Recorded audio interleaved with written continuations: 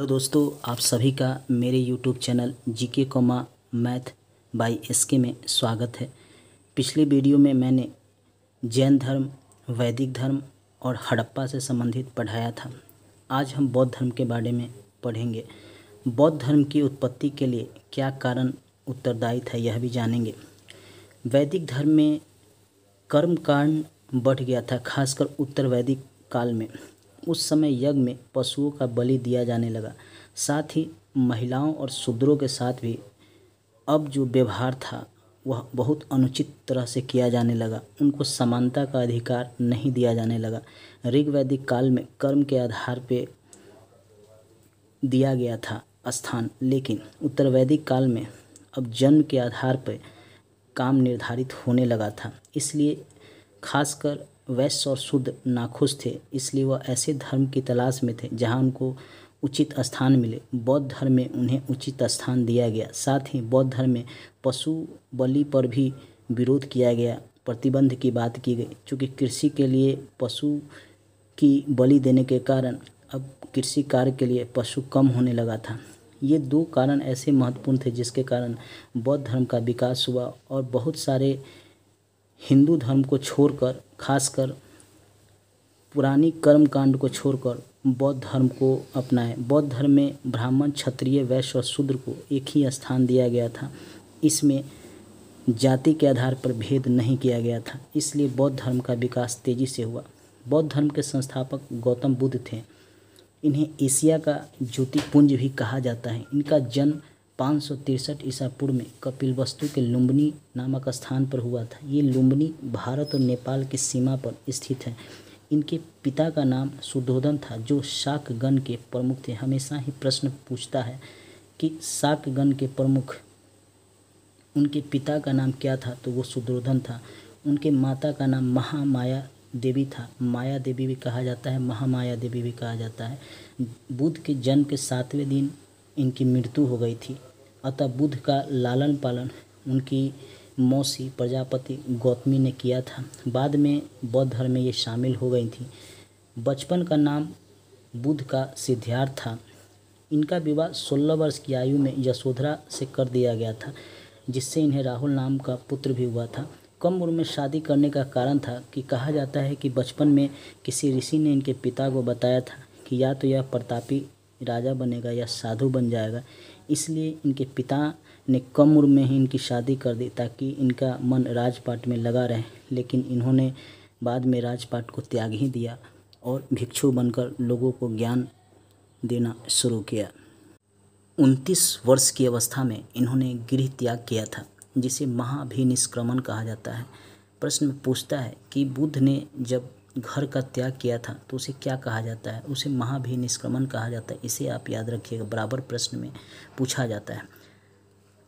29 वर्ष की अवस्था में जब इन्होंने गृह त्याग किया था तो इन्होंने ज्ञान प्राप्ति के लिए सबसे पहले अलार कलाम के पास गए, जिनसे इन्होंने सांख्य धर्म की शिक्षा ली, सांख्य दर्शन की शिक्षा ली। यह इनके प्रथम गुरु थे। बुद्ध के प्रथम गुरु अलार कलाम थे। इस समय ये बुद्ध नहीं थे, बल्कि ये सिद्धार्थ थे। जब इनको ज्ञान प्राप्ति हो जाएगा तभी बुद्ध कहलाएंगे।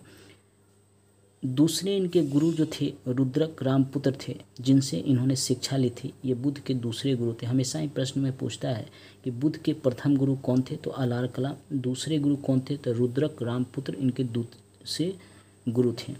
6 वर्ष की कठिन तपस्या के बाद 35 वर्ष की आयु में वैशाख पूर्णिमा की रात निरंजना, जिसे अब फल्गु नदी भी कहते हैं, पीपल वृक्ष के नीचे इनको ज्ञान प्राप्त हुआ था। हमेशा ही प्रश्न पूछता है कि कितने वर्ष के बाद, तो याद रखिएगा 6 वर्ष की कठिन तपस्या के उपरांत 35 वर्ष आयु में किस नदी के किनारे, तो निरंजना, जिसे फाल्गु नदी कहते हैं। किस वृक्ष के नीचे, तो पीपल वृक्ष के नीचे। और कब हुआ था, तो वैशाख पूर्णिमा के दिन हुआ था। इसीलिए बौद्ध धर्म में वैशाख पूर्णिमा का महत्व अधिक है।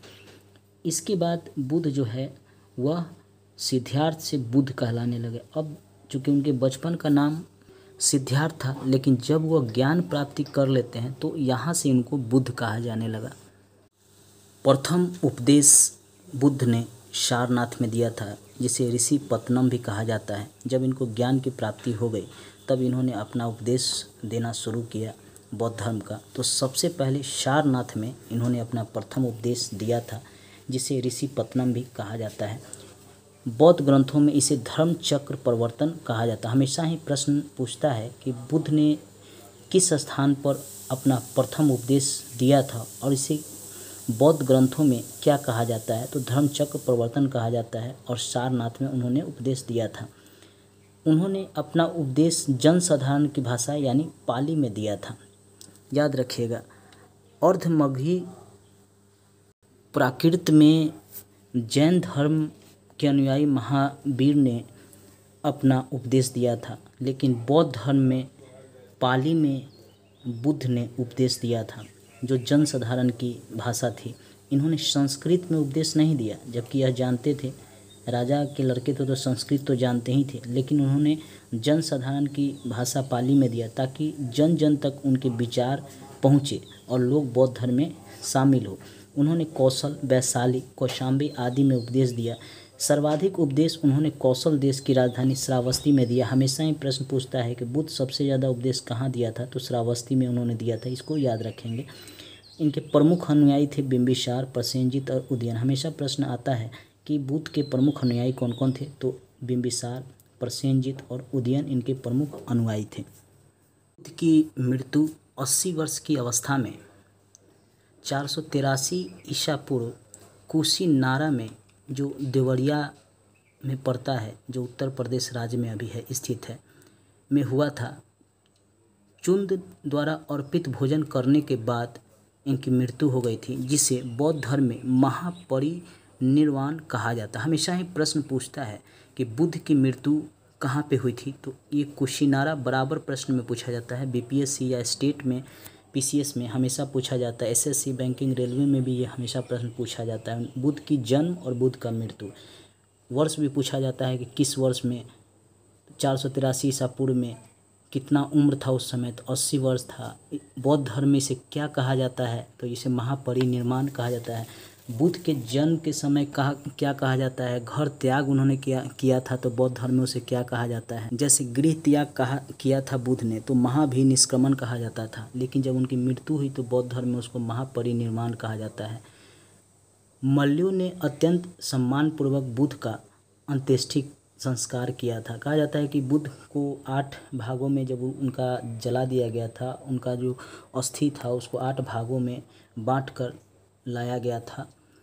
बुद्ध के बारे में यह भी कहा जाता है कि जो चंदू थे, इन्होंने शुकर मांस बुद्ध को अर्पित किया था, जिनको खाने के बाद उनको अतिसार रोग हो गया था और उसके कारण उनकी मृत्यु हो गई थी, ऐसा कुछ इतिहासकार मानते हैं।